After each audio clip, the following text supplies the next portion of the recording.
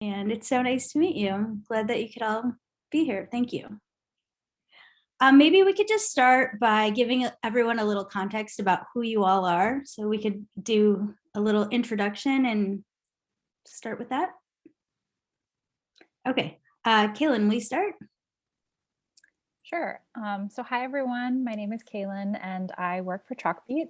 We are a organization that covers public education, nonprofit.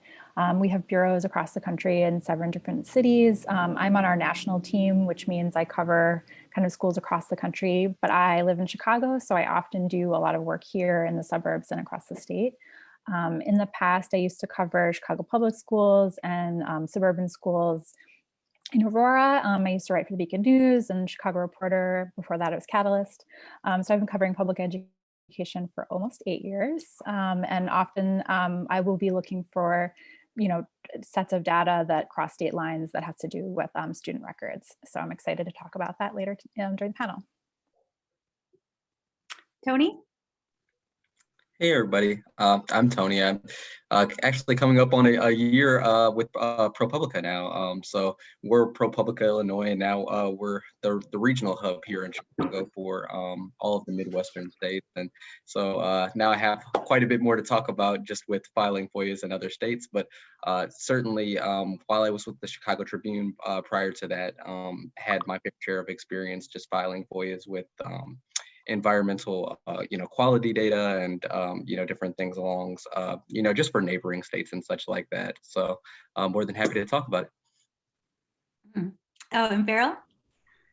I am Beryl Lipton. I am wrapping up a 7-year stint at Muck Rock, which is a nonprofit that helps individuals, journalists, activists, all sorts of people file public records requests in all 50 states and on the federal level.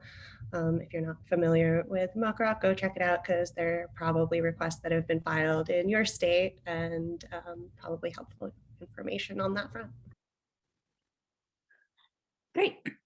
So just for everyone who's in attendance, we can't see you, but if you could just forward along your questions through the chat, then we'll make some time at the end to go through and answer them. If there's some pressing thing in the middle, feel free to put that in the chat, and let's just keep this kind of a free-flowing conversation. It doesn't have to be so stiff and compartmentalized. Okay, so maybe you can riff off each other if there's something that you can add or whatever. Kaylin, let's start with you. So your stories that you shared were really interesting, and what you were looking at is a federal policy, but how different at the state level, they were looking to apply and implement this federal policy. So can you talk a little bit about how you developed your, what were you trying to get first? Let's just talk about that. Was it like a document, or was it just like a topic that you were hoping to crack into? Yeah, so this was when Trump was still president. We were really interested in just what ways had he affected K-12 education. And one of the things I was interested in was this small school desegregation program that was launched at the very end of the Obama administration, but then the Trump administration kind of took it over. And the federal government very rarely gets involved with school desegregation these days. And so the fact that there was even this grant program that existed at all, I thought was really interesting. There'd been a little bit of reporting in the Washington Post about there were a couple districts that applied for it, and there was no coverage of what happened afterwards because Betsy DeVos, the former education secretary, just killed the program. So we thought it would be interesting to try to get those grant applications to see what did school districts say that they would have done with even just a little bit of money for school desegregation. So my first task was to figure out who even applied for this grant. There was no list anywhere that I could find. I knew that there was around 20 applicants. And so my first work was to just figure out who the heck had even applied for this program. So I found a list of people who had intended to apply on a federal government PDF. So I started by just FOIAing those particular school districts, which I believe were across 17 different states. So my first task was to just try to get these grant applications. And that was kind of where my FOIA battles began. So I don't know if you want me to continue. Yeah, can you walk us through the process? So was this something where you knew that it was happening at the district level, but it would go up the food chain? to the state, and then the state would submit it to the federal government? Is that how it went? Let's see. I think it was the individual school districts would submit it directly to the Department of Education. So the folks who would have the records would either be the Department of Ed or the local school district in various different states. So there are different FOIA laws. I see. So yes. So you're going directly weren't, to individual school districts. yes. Our fear was like the federal government would take forever to get back to us. We had no idea how long we might get that. So I did request them, but in the meantime, while we were waiting for the Department of Ed to say anything, I started filing records requests with the individual school districts across different states. So to do that, I kind of started with a form letter that I believe I used the National Freedom of Information Coalition's form letter. And I just kind of tweaked that a little bit for each place and each requisite state. And then I made like a spreadsheet for each school district that I was trying to get the records from. I think one of the trickiest part was even figuring out like who to file the FOIA with, because a lot of the school districts didn't even have their FOIA officer listed. So that spreadsheet was really helpful to just remind myself of who I had even sent it to. And then I would often update it once I realized that wasn't the records custodian. And I made sure in the form letter that like I knew how many days the state said I had. And I put in, I'm willing to pay up to like $25 or something like that. And then after that, I didn't, I needed to know about how much money it would cost. And then I filed those out and then I just kind of waited. And did you ask for a grant application? Did you ask for email correspondence? Did you ask for a particular document, or were you looking for information around this program and people thinking about applying for it? I started with just the actual application, and I, used the name of the formal grant program of whatever the government had called it. And then I used that in the request I spelled out. It was called the Opening Doors Expanding Opportunities Grant. And a lot of school districts didn't even know what I was talking about. And some of them did. So occasionally when I got the document back, I was able to show a sample of what I had gotten to the other school district to say, this is what it would look like. This is like the cover sheet of it. Because I think some of them just completely thought I was like making it up, and they would say like, we have no records. So I have found that to be very helpful, is once you get it from one state, you show it to the other state and say, look what I have. And then sometimes that will help. Sometimes they still have no idea where the record is. Yeah, I find that helpful too when I'm FOIAing across state lines, to kind of like pit them against each other. Like, I've gotten it from 20 other municipalities, but not you. Why? So from what I heard you say, like, what's really interesting, and I think that people probably don't think about this so much, but there's a lot of homework that goes into even figuring out the process. Who are you going to FOIA? What are you going to ask for? Who are you going to ask? And then tracking. So within that initial spreadsheet, you also put some FOIA rules in there, so you knew when to expect it back. Yeah, I had like a specific column of this is the day that I filed it. And then like, I think the date that I would want to follow up with the school district based on their state law. If there was no date, then it was kind of like I would give it on the end of whenever I was going to be checking in with one other school district. But if it was like 3 days, you would put a little reminder in your calendar and a file in your Excel spreadsheet that would be the day that you would check in. And what was the best resource for you in figuring out those deadlines and doing research on different state FOIA laws? Did you go right to the statute, or? I used the like form letter that I got from the National Freedom of Information Coalition. And then I think in there, it had the name of the statute and then how many days.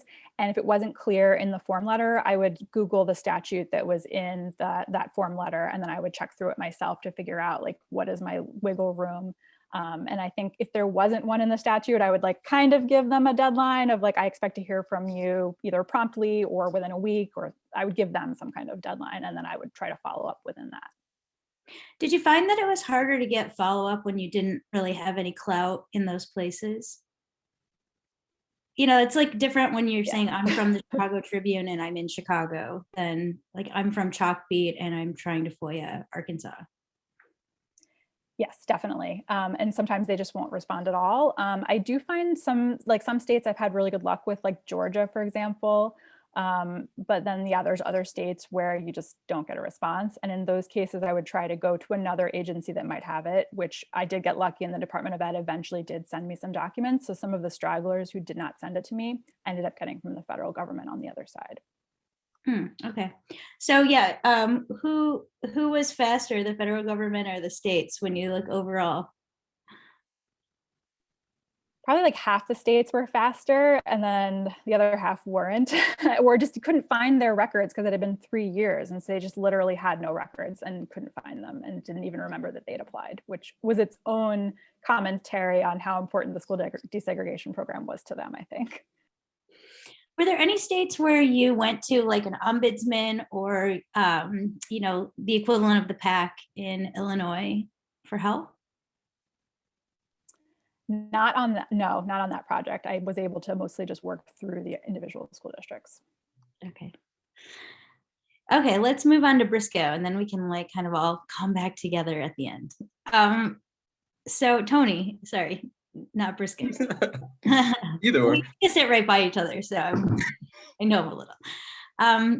So yeah, tell us about this like burning piece of information that you were trying to get for the story about this really gross water coming out of Lake Erie. Yeah, so we were doing a series of stories while I was at the Tribune just about, problems that each of the Great Lakes are facing, due to climate change and how the Great Lakes water quality or just a way of life was changing. So for Lake Erie, everybody knew about harmful algal blooms, which are essentially just these big, explosions of algae and bacteria that are pretty much propagated by, wastewater, so manure or human sewage flowing into these waterways. And it was really interesting. We came across this separate thread that was for Cleveland and looking at, after these algae blooms, which are so massive that they can be seen from space, actually die, it sucks up all the oxygen in deeper waters and changes the water chemistry.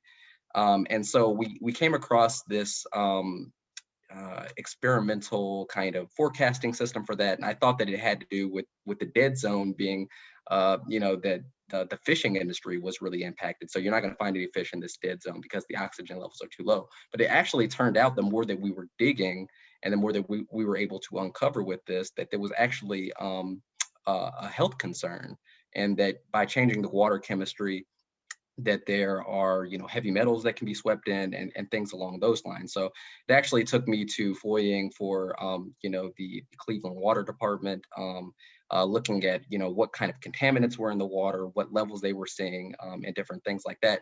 And just kind of like Kaylin was saying, it's like, I was in this big tug of war from the state of Ohio where, they were just, they don't have a time limit, a set time limit to get back to you on FOIA requests. So I was like, well, maybe the Ohio EPA will be faster.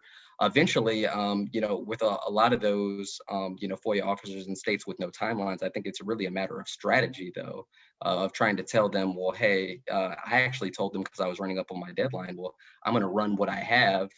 You can either say this or not. I've given you this much, amount of time. And, of course, they gave it to me right before my deadline. But it's a big part of this is strategy in those kind of states, and other Midwestern states also have that as well, such as Wisconsin, and things can get a little bit tricky, in my opinion, in Minnesota as well.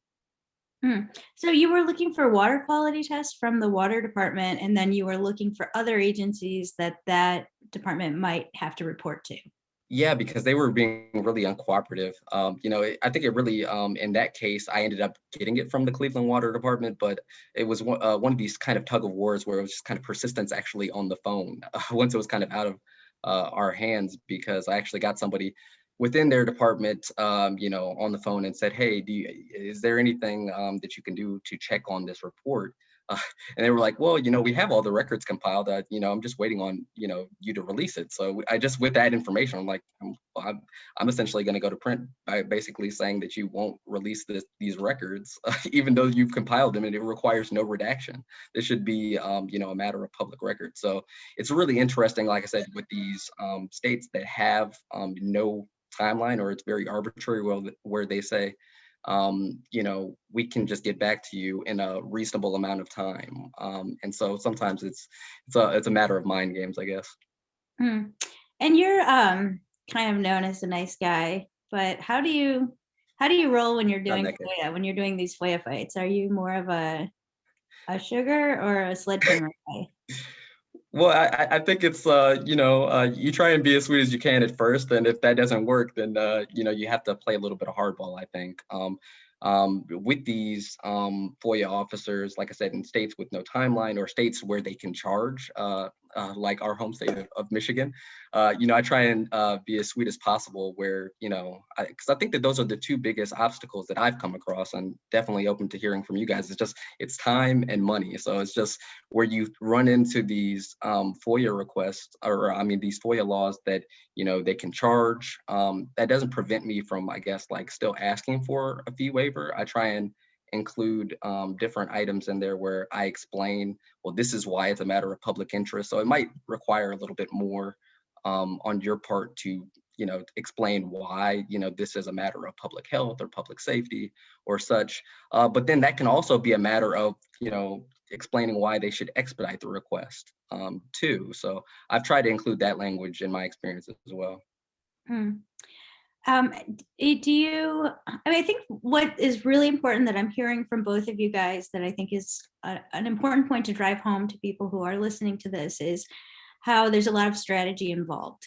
It's not just shipping off a FOIA to some place and saying, hey, I want to know about your application to apply for this desegregation program, or I want to see your water quality data. I mean, you guys really had to figure out, what does that document look like? How do they report this and track this? How often is the water quality sampling done? So, when to, the most recent one to ask for, right? And then trying to figure out how, like, all of the different nodes where this information would pass through. And then, and I think that that's so important, because if you can't put all eggs in one basket, you really have to diversify, because otherwise you could end up with nothing. And I think that, and that's really discouraging, and it makes your editor mad, and you feel like, deflated. So I think that's, can you guys talk a little bit more about that? Can you help me to drive that point home with some, like, practical lesson you learned on this, in either these projects or something else? I would just love to hit on another point that Kaylin made, just in saying, what have you guys learned in terms of, like, whether to, filing federal, if you're looking at multiple states, versus, filing a bunch of, iterative, state FOIAs. That's kind of like the balancing act that I've tried to look at, in terms of saying, well, do I want to look at the Region 5 EPA, and try and, kind of see how long it's going to take the federal government to get back to me, versus, do I file 6 different FOIAs for all those different states? Well, that actually is, like, an interesting point too. So when do you go to EPA in DC, and when do you go to region? And, like, can you give people advice on, I've made that mistake, where I, like, went to DC, and then I realized later I would have done better if I'd just gone to the local administration. And same with you, Kayla, with the education department. I'm not sure if it's structured in the same way, where there are regions and divisions.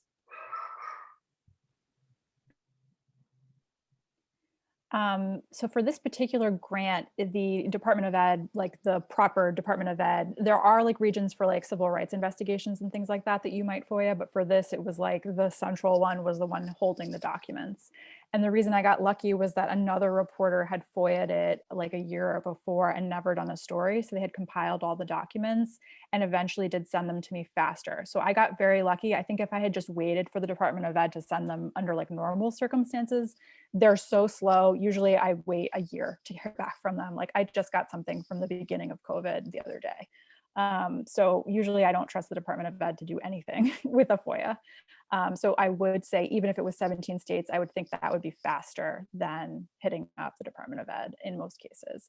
Sometimes when they want to give it to you, they'll give it to you faster, but I feel like a lot of my requests just disappear. So I was hoping at least I would see something, or even know what the document looked like. At the time, I had no idea what the document even looked like. So it was helpful for me to go to the states first, I think, or simultaneously. Earl, do you want to jump in here? Do you have anything to add on? Yeah, I would like to sort of elaborate on that a little bit, like especially if you're looking at something that crosses over state and federal sort of lines, and you might want to file with the federal government. Looking at the different agencies' FOIA logs can be a really good sense of what's already been released and can get you that material much more quickly. And then I often find that if I can find a way that a very local government maybe had access to some of that material, I would much rather go that route than wait for the federal government. So for example, like I've done a lot of work around prisons and policing, and it's not really worth my energy to try to fight with the Bureau of Prisons or US Marshals for some of their maybe local jail materials, but it's going to be a lot quicker for me to just go to that local sheriff and ask for any records or agreements that they happen to have with the federal government, because they have the same records and they're not going to be as cagey about it. On the flip side, sometimes they are, and then if you can get the federal government to release some sort of aggregate information, then you can use that too to pressure the local government to release, because it's already looks like the powers on high release that information, and so why are you, small town, denying me this? Beryl, can I stay with you for a minute? So you guys came to my newsroom and did like a really extensive training, which was phenomenal. And I'm just wondering if I can get you to give us a very, very condensed version of some tips and strategies specifically around this topic of FOIA across state lines. Yeah, so I did hear you mention Arkansas earlier. I do just want to say that there is a residency requirement in some states. So if you're interested in filing in a state like Arkansas, Alabama, Tennessee, Virginia, and Delaware when they feel like it, then you are going to run into an issue where they could deny you for those records. I also like to note that Louisiana is like a particularly strange state because they have an 18 years or older requirement. So once I asked for a coroner's report and they asked for my ID to prove that I wasn't a child asking for this information, which I thought was very strange. But right, so in terms of tips and strategies, I think it is definitely do your research in advance. And so like Kaylin said, looking at who got the grant is obviously going to be a good way of like localizing where you send your requests. But also that there can be value in sort of definitely strategizing, but sort of going a bit of a roundabout way. So obviously thinking about who else could possibly have had those records for any reason, even if they weren't directly involved. So for example, we've seen that there are programs between Department of Homeland Security and, for some reason, Health and Human Services is involved. DHS as a law enforcement agency is going to be a lot less forthcoming than Health and Human Services, which might not want to be pulled into any sort of political battle or something like that. So, just sort of thinking out and mapping out the universe of places that might have this information can be really great. Something else that I've found doing a lot of work around contracting, and specifically like police contracting and that type of thing, right, is that a lot of the same companies and resources are available to a lot of different police agencies and agencies in general. So if you're looking at a particular program or technology and that sort of thing, maybe considering the other places that could be also using it that aren't going to necessarily bristle at receiving your records request, and doing more reporting and sweet talking of those agencies when you can be very honest and say, like, this is not going to come back to bite you. This is going to be used to try to force some more information out of another agency. I think that can be a very effective strategy too.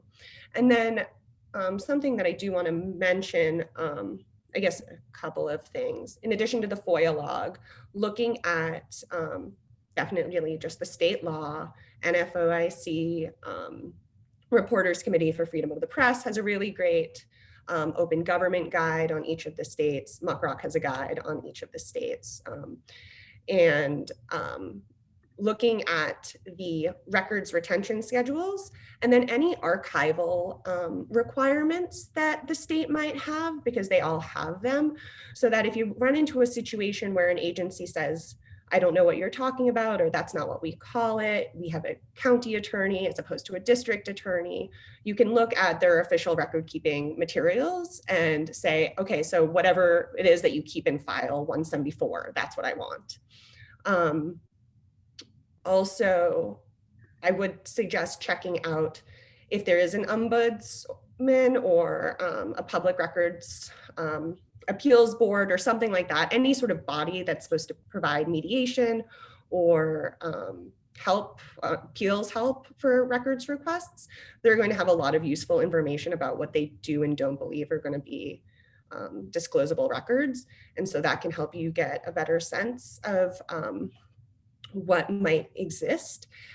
And then something that I like to keep in mind for policing and these, and in general, honestly, it's just that I think about policing a lot, is that there are often sort of like interstate collaboratives or interstate buying paths. And so a particular agency might not have records related to a technology or a program in which they're involved, but there might be some other seemingly random third-party-ish type organization that keeps those records.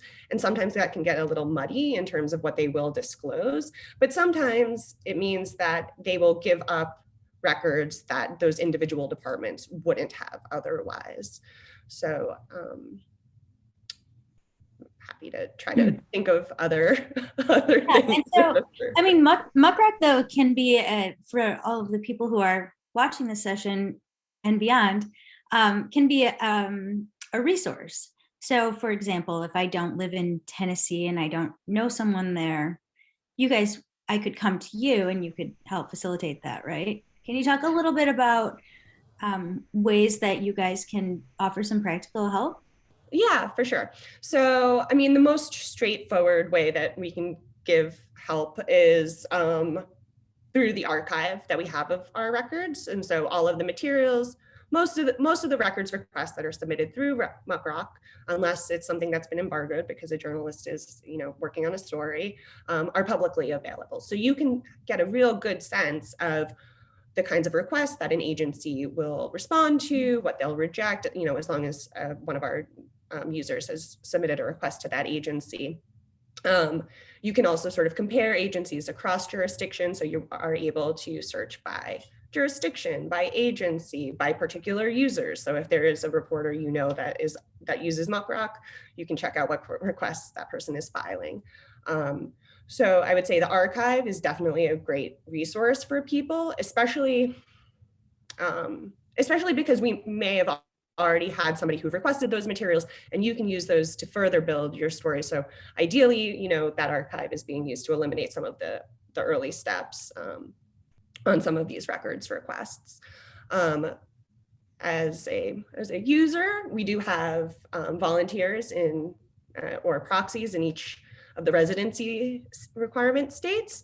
So if you are having trouble getting records in Arkansas, you can file through Muckrock, and we will sort of work our system to try to get those refiled. It's a little imperfect, but generally a very good option if you are not in one of those states. And then we do have staff who have seen a ton of records requests and are very happy to help individuals. You can email info@muckrock.com and ideally someone will respond to your question in not too long. So, and then Muckrock, just to, I don't know, make a sales pitch for you guys, can also do, if you have a massive FOIA project and you're going to FOIA a million states, well, there aren't a million states, but if you're going to FOIA a bunch of jurisdictions across many states, then you can actually pay them to help manage your project. So that stuff's online if anybody's doing something that's that massive. I would just say too that the templates that we have, we also, it's always nice to be able to continue to fund our operations, but also we encourage people to just sort of copy and paste. So if you see a request that you liked on there, just use it. Kind of going to the archives, the point that you were making about the archives that there exist on Muckrock, there are really similar archives in the FOIA reading rooms. Have you guys used those? Kaylin, I was wondering if for your project, if you by chance went into the reading room, because you might have been able to find that FOIA was already submitted. And then in that case, you can say, hey, I want the response that you provided to so-and-so. For that project, I did not. I have for civil rights investigations used their reading room before, but for that one I didn't. And can you, for people who don't know about the reading room, can you kind of explain what's in there and how it's structured? I'm not sure how it works at other federal agencies, but for the Department of Ed, a lot of what's in the reading room are old resolutions for civil rights investigations. And so you can often find the correspondence between local school districts who've been investigated by the Department of Education for lots of different violations around like special education, racial discrimination, and discipline, things like that. So inside the reading room, going back many years, you can find the letters that they sent them announcing the investigation, and if there was any kind of remedy or resolution, that's all in there. That's mostly what I use it for. I'm not sure what else is in there, to be honest. Yeah, some agencies keep FOIA logs. So you can okay. go back and look at everybody's FOIA and whether it was rejected, denied. You can see if it was a simple request or complex. So yeah, you can just kind of riff off other people who fought the good fight before you. That is a good tip. Yeah, we have a chat here, a question. Okay, can someone discuss FOIA experiences with Wisconsin and Indiana? And this person's curious to know how it's different from Illinois. Tony, I think you would be the expert on this. Sure. I'm actually, Wisconsin. I didn't do that one for my Great Lakes project, but I'm going through a FOIA battle with them now. So I'm more than happy to talk about that. Kind of looking at the same kind of stuff that I was looking into with Lake Erie, actually, and kind of fighting for a fee waiver there. So actually, I don't know if I could share my screen, but I did all the Midwestern states, and just wanted to kind of see if I could compare it. Oop, here we go. So yeah, this is just like in terms of like time and fees that are associated with some of the Midwestern states that I've looked at. I do agree that it's really important to track just the amount of time for them to reply and for them getting back to you on time. So I try and use a different schedule just of how long they get back to you, and trying to figure out, well, what date should they be getting back to you.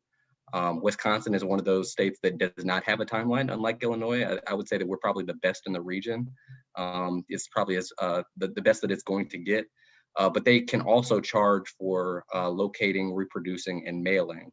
And so for this particular case, they wanted to charge me $150 for a particular request, although I did request a fee waiver and they have denied it. So I'd strongly recommend trying to get a fee waiver, and I'm actually going to try and appeal that and see if I can get that overturned. But it's one of those things where, as I said previously, I think that you just want to look and see if it is a matter of public safety, in which case obviously these bacteria outbreaks, they can be something as mild as a skin rash if a swimmer comes in contact with it, or they can pose serious problems such as like a do not drink order, as we saw, for 3 days in the city of Toledo. So that's something that certainly I want to argue, and I think I'm going to try and find the state ombudsman or public access counselor to try and get that overturned. So another one of those things where you just kind of have to look into researching what the state FOIA laws are, and kind of arm yourself with that knowledge and make as much of a case for your story ahead of time in your request. We have another question that was asking for strategies around negotiating fees. So anybody else have more to add to that? Or a story to tell about how you turned a $10,000 bill into $5 or anything? I wish I knocked more off than that. But I think this was back when I was looking at student transfer records and I was trying to find students who'd left Chicago and moved to other school districts across the country. And some school districts would give me the transfer records for free and some were charging $100, $200. So the way I negotiated fees was I would ask them, like, what is it that is costing the clerk the money or the time? Like, where is that money coming from? And a lot of times it was coming from whatever they needed to redact. And so sometimes there was a column that had a lot of personal information in it regarding the student transfer. And sometimes I didn't need that high level of detail. And so I could negotiate, okay, if you take out that one column, will that knock the fee down a little bit? And that helped in some cases, or I could ask for just one page of it. So before they did all the redacting, I could see, was it even worth my time? Because sometimes the data quality was so poor that it wasn't really worth it for me to pay for that redaction. And if it was a better quality, I might consider paying a little bit more. One thing I did run into was some school districts required money orders or like cashier's checks. So I had to like go to a Western Union and like get that actual money and send it to them. And they wouldn't release the record until I actually mailed it. So that was like something else I had to put into my like FOIA log of like reminder, walk to Western Union and give them the money order. But I did have some success with at least figuring out where was that fee coming from. Beryl, do you have something else or to add to that? I guess just being double sure to check the law to see that the fee is in line with you know what the law says, because sometimes agencies are just charging you because they feel inconvenienced, and you know, I generally suggest that people go into it thinking that agencies are acting in good faith, but sometimes they're not. And sometimes particularly smaller agencies sort of set up a fee schedule a long time ago that is no longer applicable and they just don't care or don't know. Sorry, I had one more thing, check the law. And particularly with things like emails or anything that requires sort of a database pull, asking to have like a conversation with IT and the people who are actually handling the labor can be really productive, because sometimes people on the front end will overestimate how much time something will take. And you know, we all know as being digitally savvy people that things can programmatically be solved much more cheaply. And so if you are able to sort of get in touch with whoever is handling that and work with them, that can be a good way of just reducing that work and thus that cost. One thing I would add is, and over the past 3 years, I've probably submitted at least 400 FOIAs across the country. So like all kinds, like very small agencies to states to federal. And aside from knowing the law and knowing what exactly they can charge you for, this one I've just started using more and more, where I say, my editor really, before they can pay these things, they really need to see a detailed invoice of exactly why this costs money. And they don't always produce it, but it does, like, you know, I say, okay, I'm going to need like an hourly breakdown of how much time and what staff person, and I just need to understand these expenses for our accounting, you know. And then I got a check back from Mississippi. They sent me like $110 check back. I just fight with them because it's like, they do, to your point, Beryl, they're just petty. They are completely petty and they want to like make you pay because they're inconvenienced. And don't let them off the hook. Like, just really fight them on that, because you're really helping other journalists, one, and two, you're training the staff, because they otherwise will just, either people will give up, you know. And I have money to pay, but I'm still not going to just give it to them, fight them. Okay, so somebody asked, can someone share more on what an ombudsman does and what you can get from them?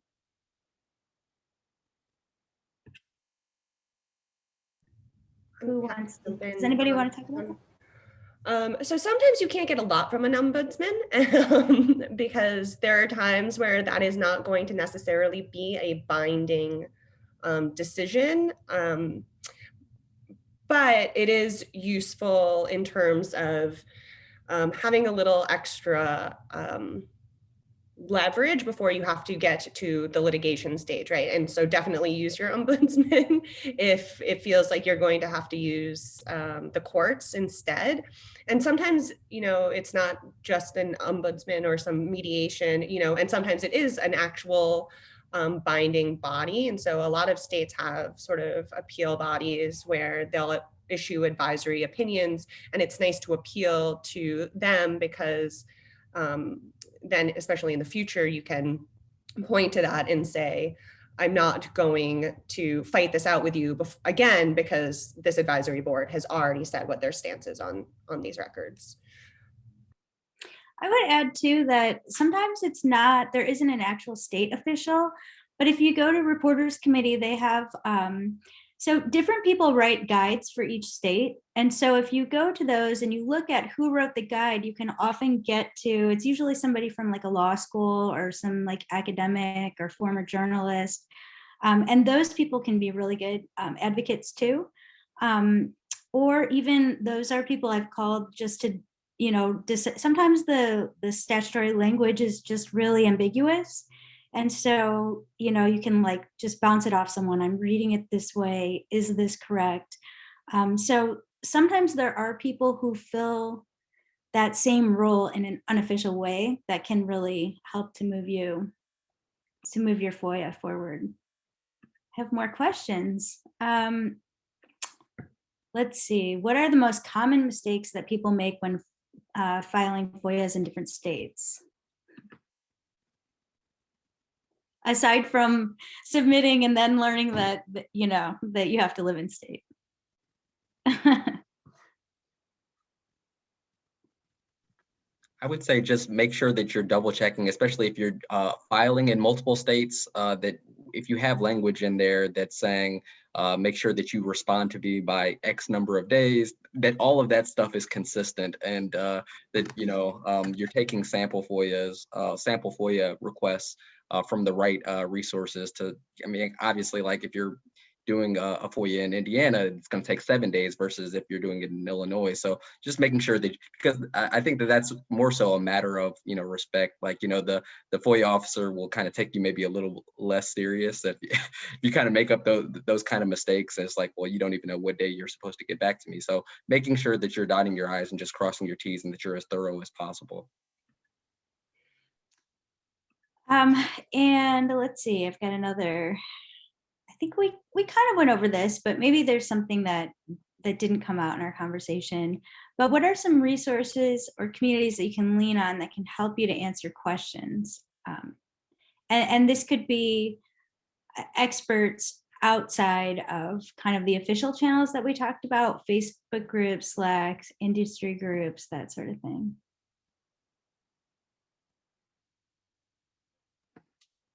Does anybody have any tips on that? So Muckrock has a FOIA help Slack, so I would suggest that. And then there's also a FOIA mailing list, FOIA L.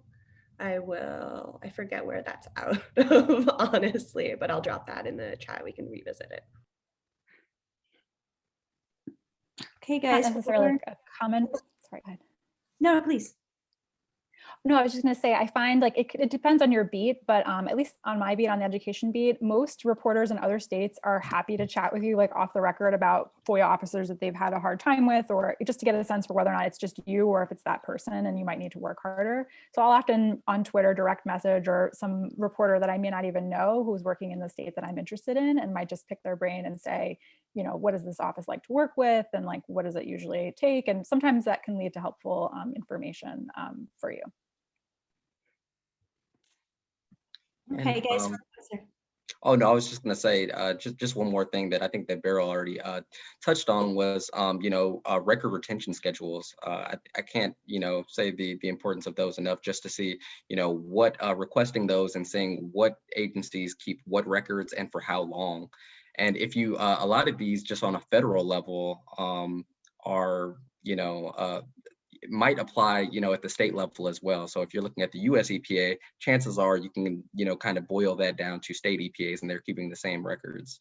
Just kind of using that as a template to see what you can FOIA for in each of these different states that might, might help you in your request. Before we wrap up, I just want to, I thought that maybe it would be a good opportunity, because we've got you all in a captive audience, for you guys to share outside of this topic of FOIAing outside of the state that you live in, or in multiple states, but just a FOIA, a trick or an accomplishment, just maybe something that you like completely failed at, and in hindsight, you would have done it differently, or like a huge success, a victory that you want everyone to know how you did it so they can do the same thing.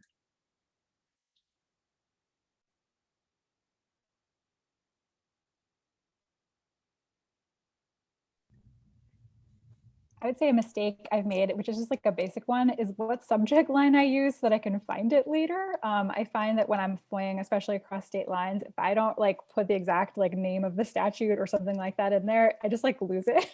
So I would say, like, when you're starting out, just make sure your subject line is super clear and try to use the name of their like open records law. That has made my like Gmail searching much easier. And did you send yours out in a like a mail merge, or did you send individual emails? I sent individual emails, although I would be very curious if you've had success doing that. Yeah, that's usually what I do. I do like for example, I just did this housing project, and I got a list of like, I don't know, like 9,000 addresses, right? But the story was about housing and housing authorities, and I didn't know which housing authority they belonged to. So I took a table that was basically a roster, and I was able to join the properties to the agency. And then I made a field, and it said, Columbus Housing Authority. And then I pulled the executive director's name in on that, because this is like when you're doing a big FOIA, you just need to have it all in one place. Then I went to, I think I just Googled it, Wikipedia, and there's like a page that has a list of FOIAs, and I just like copied it and, did a lookup table and joined that. So I just like joined up all of these tables together and made my base spreadsheet that I used as my FOIA tracker. So I had two tabs in this project. One tab was my FOIA tracking, and the next tab was like this list of 9,000 addresses. And then when I would get stuff, I could plug it in and then save my documents to the cloud and link to, so it's all in one place, rather than like, otherwise it would have just been chaos, yeah, I would recommend that. So just, trying to make a good spreadsheet that you can just put everything in one place and just keep building on it, building on it, building on it. Well, guys, thank you so much. I don't know if there's anything else that you wanted to add, if anybody had the FOIA success or horror story, or if you guys don't, that's okay too. Actually, there are a few things that I want to say, if I can add them. In terms of kinds of records that I really like, I do a lot of contract requesting, and I like to ask for all of the requests for proposal responses, including the losing ones, because if you're looking at a particular company and an agency didn't hire that company, they don't really feel an allegiance to it. And so some of that pre-material, they're going to be much more willing to release to you, as opposed to an agency where they did hire that company, and they're suddenly under more restrictions. I had another thing I wanted to say. Contracts. If you're asking for like records on a particular program that might go by a different name in a lot of states, but you are trying to get things out quickly. And I'm thinking specifically in my case, I was asking for things related to solitary confinement, but not every town or a state uses that term, or even every facility. Trying to be as specific as possible, but also capture some of those other terms that might be used so that you can make an argument saying, they clearly knew what I was talking about when I was asking for these records. So it's totally unfair for them to say that they didn't have anything on solitary confinement because I also mentioned, segregated housing and whatever other terminology there might be. And then my favorite, one of my favorite public record stories is one of the earliest ones I've ever heard. And I think it's just a really nice example of the ways that asking a question can help. And I apologize if anybody's heard this before, but there was a story of a person who had outside their house a sidewalk, and that sidewalk was like all messed up. They needed to replace the block, and the city had said that they would replace it, and they just never did. And so this went on for a very long time. And eventually this person got fed up and just submitted a public records request for the city's plans to fix that part of his sidewalk. And my understanding is that person never got those records, but the next day somebody from Public Works was out there fixing the sidewalk. So even though not exactly what one maybe would expect in terms of a use of FOIA, it does help to show agencies and towns that you're serious about what it is that you're asking about. We have one more question, and that was, what level of concern should I have about the risks of using a proxy requester? And this person's thinking about the requester maybe getting sued or dealing with some horrible situation, and you've put them in it. I'm happy to try to field that one. So I would say that you shouldn't necessarily be concerned that that person is going to get sued. It's not really appropriate for any municipality or state to be suing somebody for filing a public records request. So whether that's you or somebody else who's working with you, I wouldn't be too concerned.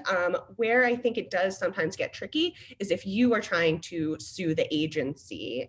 So it is good to have like some relationship with who that volunteer is, so that they know that they might have to, at the very least, have their name included on that litigation. And if you are super concerned about it, you might consider putting the proxy's name and using them as the sort of primary requester, but also including somewhere in your language that this is a request being submitted by, a couple of people, a collaboration, that sort of thing, just to let them know that there are going to be others involved. So if your proxy backs out and you don't live in the state, do you have grounds to sue? I mean, even if you say up front, like, we're collaborating on this. Yeah, I mean, I'm not a lawyer, but I don't think in that case you would have grounds to sue, or you could try to sue, but I think it would probably get thrown out. Well, guys, you were a fantastic panel.